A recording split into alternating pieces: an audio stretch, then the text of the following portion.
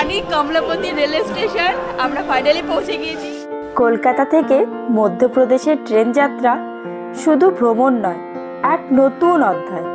আজ আমরা চলেছি ভারতবর্ষের হৃদয়ে। চলুন ট্রেনের হুইসেলে শুরু হোক এক নতুন অধ্যায়। প্রচন্ড গতিতে চলছে আর এই মুহূর্তে আমি ট্রেনের স্পিড চেক করছি। আর কিছুক্ষণ পরেই আমরা পৌঁছে যাব বিলাসপুর জাংশন। তো চলুন ট্রেনে উঠে পড়ি, বেশিক্ষণ কথা না বলে, বাঙালির এটা ছাড়া চলবেই না, ঠিক তো? रानी कमलापति पहुँचते पहुँचते 4-5 घंटे लेट हो जाएगी। এখন যাচ্ছি এখানকার রান্নাঘরে। সন্ধ্যা হয়ে গেছে আর আমরা এখন এসে পৌঁছে গেছি বিনা জাংশনে।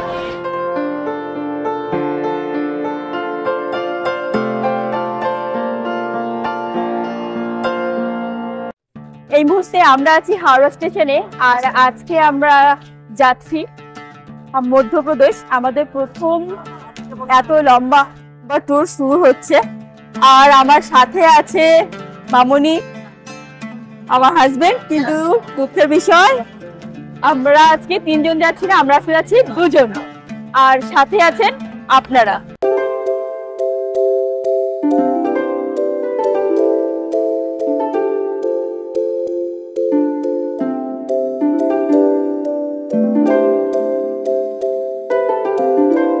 আমাদের ট্রেন হামসফর এক্সপ্রেস। এখান থেকে ডিরেক্টলি আমরা যাব না, আমরা যাব এখান থেকে সাঁতরাগাছি। সাঁতরাগাছি থেকেই আমাদের হামসফর এক্সপ্রেস ট্রেন। আর এই জার্নিটা আমরা অপেক্ষা করছিলাম শুধুমাত্র লক্ষ্মী পূজার জন্য। বাড়িতে লক্ষ্মী পূজা হয়ে গেছে, লক্ষ্মী পূজার পরপরই আমরা বেরিয়ে পড়েছি শাশুড়ি বৌমা মিলে। আমাদের এই প্রথম এত বড় একটা ট্যুর আমরা 2 জন মিলে করতে যাচ্ছি। তো দেখি কতটা আমরা সাকসেসফুল হতে পারি। আর সাথে তো আপনারা আছেনই, সবাই আমাদেরকে আশীর্বাদ করবেন যেন আমরা ভালো ভালো ট্যুর করতে পারি। আর অবশ্যই প্রত্যেকটা ভিডিও দেখবেন, মিস করবেন না কিন্তু। হাওড়া স্টেশন থেকে পাঁশকুড়া লোকালে উঠেছি। এখান থেকে নামবো সাঁতরাগাছি। সাঁতরাগাছি থেকে শুরু হবে আমাদের নতুন জার্নি মধ্যপ্রদেশের জন্য।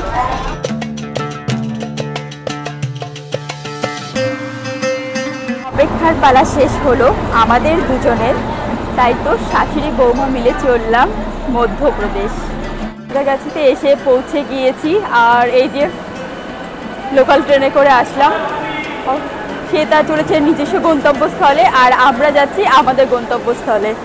তো আমাদের ট্রেনও দাঁড়িয়ে আছে, চলুন ট্রেনে উঠে পড়েছি। জেপজেপিও পাশে আছে কিন্তু কিছুক্ষণ পরে থাকবে না, কারণ অলরেডি জানিয়ে দিয়েছি আজকের জার্নিতে তিনি থাকছেন না।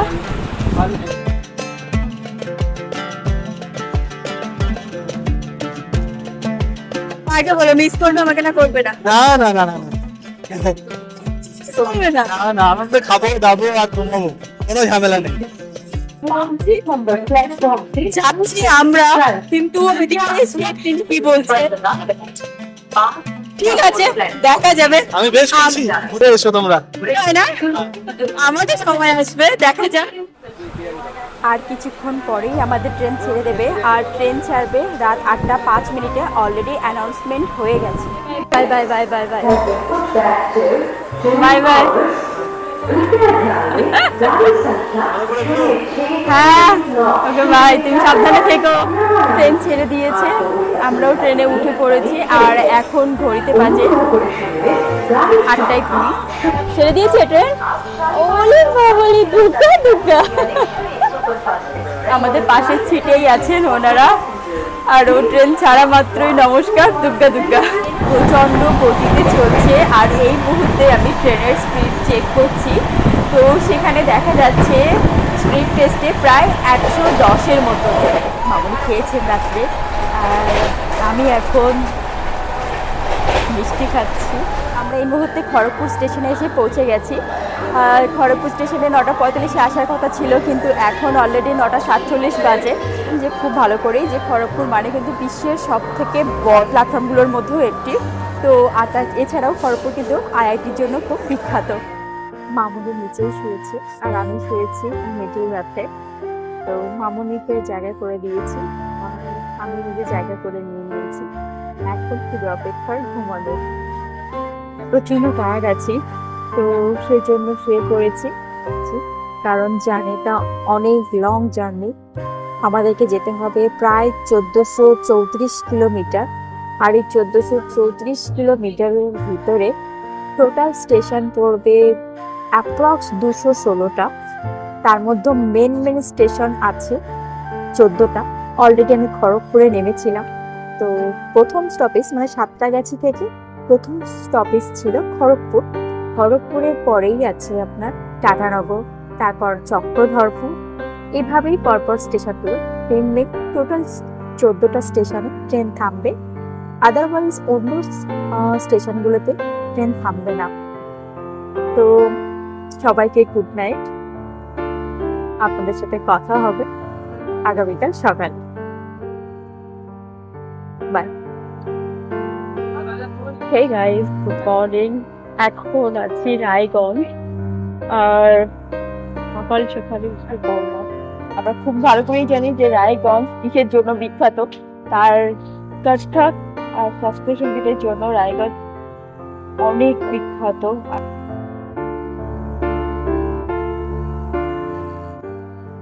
এখন বাজে ভোর 6টা। তো আমরা এই মুহূর্তে রায়গঞ্জে পৌঁছে গিয়েছি। জানিয়েছি আপনাদের সকালে ভাইবসটা বেশ দারুণ।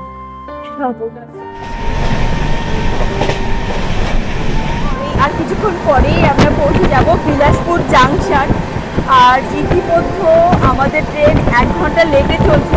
ট্রেন যাওয়ার কথা ছিল 7:04-এর দিকে, কিন্তু এখন প্রায় 8টা বাজতে যায়। তো যতটুকু দেখা যাচ্ছে যে 8:05-এর মধ্যে ট্রেন বিলাসপুর জাংশনে পৌঁছে যাবে। আমি এখন দাঁড়িয়ে আছি গেটের কাছে, সেই জন্যই এত বাতাস। আর বিশেষ করে বারবার একটা কথা বলা হচ্ছে যে সকালের ভাইবটা পুরো অন্যরকম, মানে অসম্ভব ভালো লাগছে।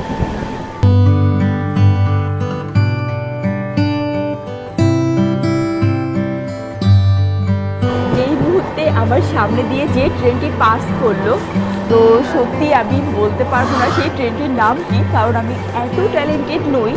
আর আমি বেশ অনেকজনের ব্লগ দেখেছি, তো তারা অনেকেই বলেন, তার মধ্যে স্পেসিফিক কৌশিকদার ব্লগটা আমার খুবই ভালো লাগে। উনি যেভাবে ট্রেনের নাম যেভাবে বলেন, তো সেটা দেখে আমি অনেকটা ইন্সপায়ার্ড হয়েছি। যতটুকু বোঝা যাচ্ছে এদিকে বেশ কুয়াশা পড়েছে। সকালের দিকে একটু বেশি ছিল, এখন একটু কম আছে। তো কলকাতার দিকে কিন্তু এরকম কুয়াশা নেই, আর এদিকে কুয়াশা পড়ে গেছে। এই মুহূর্তে আমরা 709 কিলোমিটার পার করে পৌঁছে গেছি বিলাসপুরে।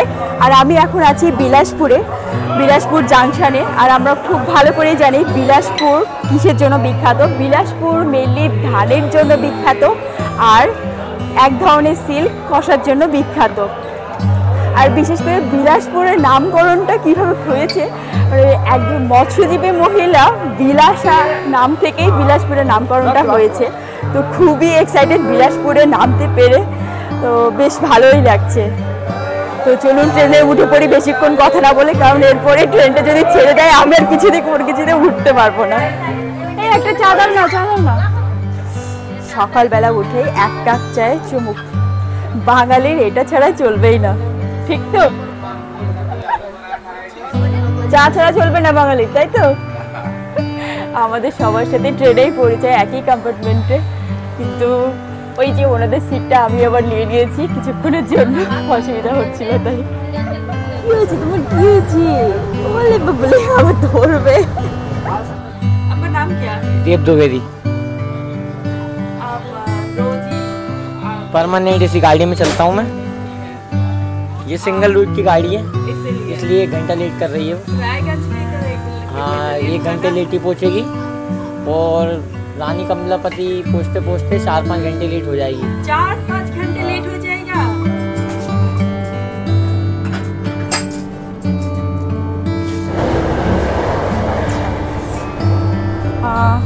এখন যাচ্ছি এখানকার রান্নাঘরে, মানে যেখানে ট্রেনে সবার জন্য রান্না করা হয়, তো সেখানে যাচ্ছি। আর এখন যে কামরা দিয়ে যাচ্ছি এটা হচ্ছে AC3 কামরা। যতটুকু বুঝলাম, যে স্টেশনের ভিতরে মানে যারা কম্পার্টমেন্টে থাকে তো তারা যে খাবারটা অর্ডার করে, তো সেই খাবারটা বেসিক্যালি বাইরে থেকে নিয়ে আসা হয়। এখানে স্পেসিফিক কোনো রান্নাঘর বা রান্নার কোনো কিছু নেই, তো সেটা বাইরে থেকে খাবারটা প্রোভাইড করা হয়। আর এটা কাটনি থেকে আসবে। কাটনি স্টেশনে কিছুক্ষণ মধ্যেও আমরা কাটনি স্টেশনে পৌঁছে যাব, তো সেখান থেকেই তারা সেই খাবারটা প্রোভাইড করবে সবাইকে। তো আমরাও অর্ডার দিয়েছি, তো দেখা যাক সেই খাবারগুলো কেমন হয়। हाय कुछ नहीं बताओगे? हाय দেখতে কাটনি স্টেশন পৌঁছানোর পথে 2:06 মিনিটের ভিতরে কাটনি স্টেশন পৌঁছবো। জেনারেলি 1:20 মিনিটের ভিতরে কাটনি স্টেশন পৌঁছানোর কথা ছিল, কিন্তু ট্রেন লেট করছে, সেজন্য 2:06 মিনিটে বলছে যে কাটনি স্টেশন পৌঁছে যাবে। আবার ওখান থেকে দেখতে হবে খাবার দাবার আছে কি না, কারণ ট্রেন থেকে অর্ডার দেয়নি, ট্রেনে খাবারের দামটা প্রচুর বেশি বলছে। তো নিজে নেমে দেখবো যে খাবার প্রাইস কেমন আর খাবার ঠিকঠাক আছে কি। পৌঁছে গেছি আমরা কাটনি স্টেশন, আর অলরেডি ঘড়ির কাঁটা বলছে হ্যাঁ 2:06 বেজে গেছে। ভেজ থালি কত? ভেজ থালি 30 টাকা দিয়ে দাও, নিয়ে যাবো। একটাই হ্যাঁ একটাই। স্টেশনের বাইরে থেকে এসে ভেজ থালি পেয়ে গেলাম 30 টাকা। আর ট্রেনের ভিতরে কিন্তু দামটা অনেক বেশি বলছিল। কাটনিতে যারা আসবেন তারা কিন্তু এখান থেকে ভেজ থালি নিতে পারেন। দিয়ে দাও। আর রুটি ডিম কত? আমার মামুনিকে একটু দিয়ে দাও। মামুনি ভেজ থালি খাবার ভালো হবে না খারাপ হবে জানি না, মোটামুটি খাওয়া যায়। বাইরে থেকে প্রথম এরকম ভাবে খাচ্ছে, কেমন লাগছে? খাওয়া যায় কোনো রকম সত্যি বলতে আমারও চলে, কারণ চাটা ঠিকভাবে হয়নি, মানে ফুটেনি।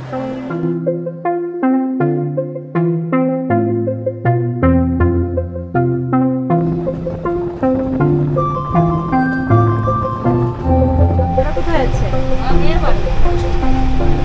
এই প্রথম যাচ্ছেন নাকি আগে? এই প্রথম।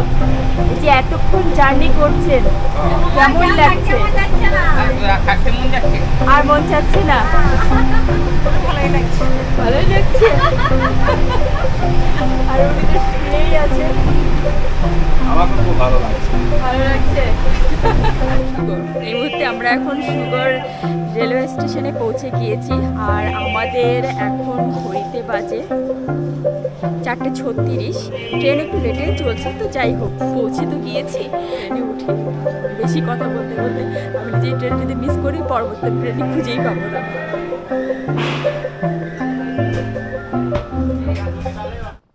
গতকাল রাত 8:20 ট্রেনে উঠেছিলাম, এখন বাজে 5:31। এখনো পর্যন্ত ট্রেনেই আছি। আর যথারীতি ট্রেনের অ্যাপে দেখা যাচ্ছে যে ট্রেন নির্দিষ্ট সময়ে ভিতরেই নাকি কমলাপতি স্টেশনে পৌঁছাবে। বুঝতে পারছি না আদৌ পৌঁছাবে কিনা, কারণ এখনো তো ট্রেনটা লেটে চলছে, 1 ঘন্টা লেটে চলছে।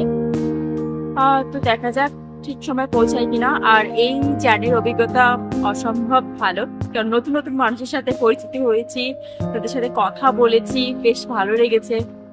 বেশ অনেক গল্প আড্ডা অনেক কিছু হয়েছে। হ্যাঁ, সবটা ক্যামেরা বন্দি করা সম্ভব হয়নি, বাট ওভারঅল যতটুকু পেরেছি ততটুকু ক্যামেরা বন্দি করেছি। আর এখন আমাদের বিকালবেলা খাওয়া দাওয়ার পর্ব চলছে।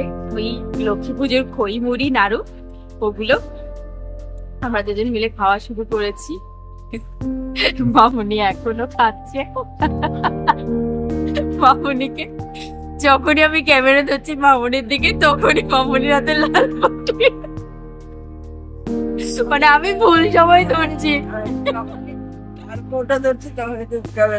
ঠিক মামুনি যখনই লাল কোপটা ধরছে আমি ঠিক তখনই মামুনির ক্যামেরা বন্দি করছি। এই হচ্ছে আমাদের ওভারঅল জার্নি। এখন সামান্য টায়ার্ড লাগছে, কারণ 1434 কিলোমিটার যাওয়া তো কম ব্যাপার নয়। ফার্স্ট টাইম যেহেতু এত দূর ট্রাভেল করছি, বাট বেশ ভালো সবকিছু মিলিয়ে। অলরেডি আমরা 1250 কিলোমিটার পার হয়ে এসেছি। এখন যে স্টেশনটা আসছে, তো সেই স্টেশনে 89 কিলোমিটার হবে। সব কিছু ওভারঅল মিলিয়ে আমাদের এক্সপিরিয়েন্স অসাধারণ। সামনে বিনা জাংশনের খুব কাছাকাছি আছি, সেজন্য এক ভাই তার বাড়ির কাছে আছে বলে এইভাবে নেমে গেল ট্রেন থেকে। কারণ ট্রেনটা এখন এই মুহূর্তে এখানে থেমে আছে, মানে বিনা জাংশন ঢোকার আগের মুহূর্তে দাঁড়িয়ে ছিল, তো সেই জন্য এখান থেকে নেমে গেল। এখন আবার ট্রেনটা চলতে শুরু করেছে। সন্ধ্যা হয়ে গেছে আর আমরা এখন এসে পৌঁছে গেছি বিনা জাংশনে। ব্রিটিশ আমলে যখন এই জাংশনটা কিন্তু বিনা জাংশন ছিল না, তখন এর নামকরণ হয়েছিল ইটাওয়ারা জাংশন ছিল। তো ব্রিটিশরা মেনলি এই জাংশনটাকে ইট, তারপরে ট্রেনের যে পাথর আছে পাথরগুলো পরিবহন করার জন্য এই জাংশনটা তৈরি করেছিলেন। পরবর্তীকালে 1905 সালে যখন বিনা আর ইটোয়ারার মধ্যে কনফিউশন হয়, সেই জন্য এই জাংশনের নামটা ইটোয়ারা জাংশন থেকে বিনা জাংশনের নামকরণ করা হয়েছিল। তো আমরা এখন আছি বিনা জাংশনে। বেশ অনেকেই আছেন।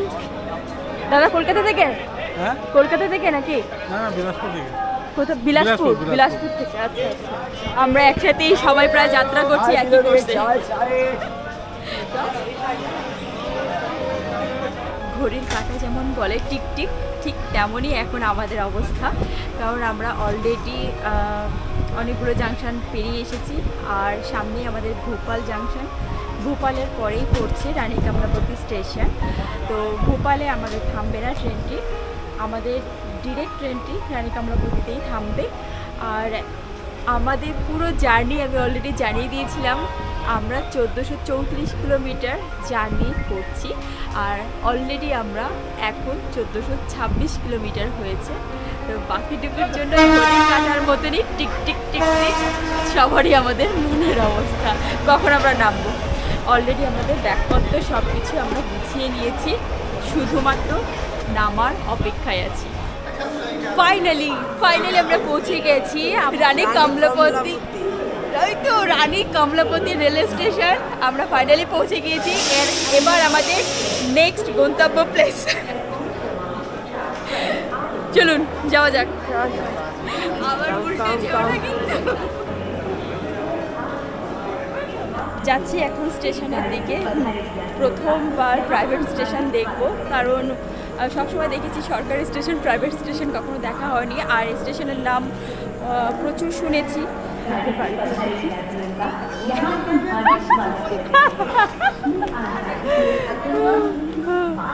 আমরা এই মাসিদের বাড়িতে এসেছি, আমাদের রিলেটিভ হন।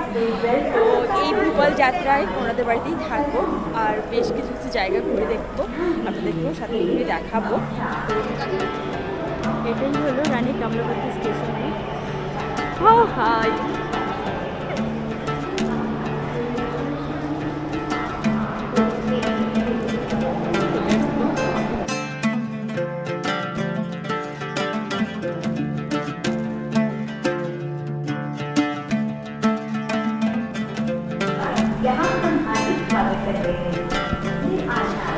আপাতত আমরা যাচ্ছি সবাই, দেখা হচ্ছে ওনাদের বাড়িতে বসে।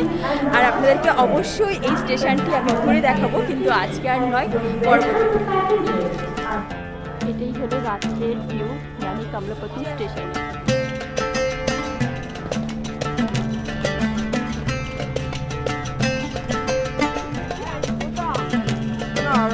দেখা হাতেই ঘুরছে।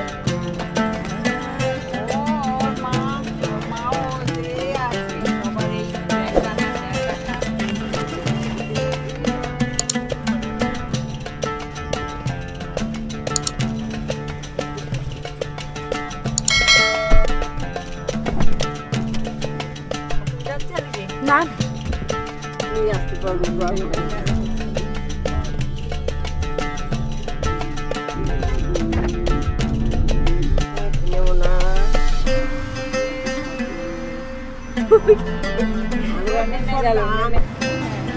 প্রচণ্ড টায়ার্ড আছি, তো সেই জন্য আজকে আর কন্টিনিউ করছি না। আমাদের ভ্রমণ কাহিনী ভ্রমণ পর্ব, মধ্যপ্রদেশের ভ্রমণ পর্ব প্রথম পর্ব আজকে এখানে সমাপ্ত হচ্ছে।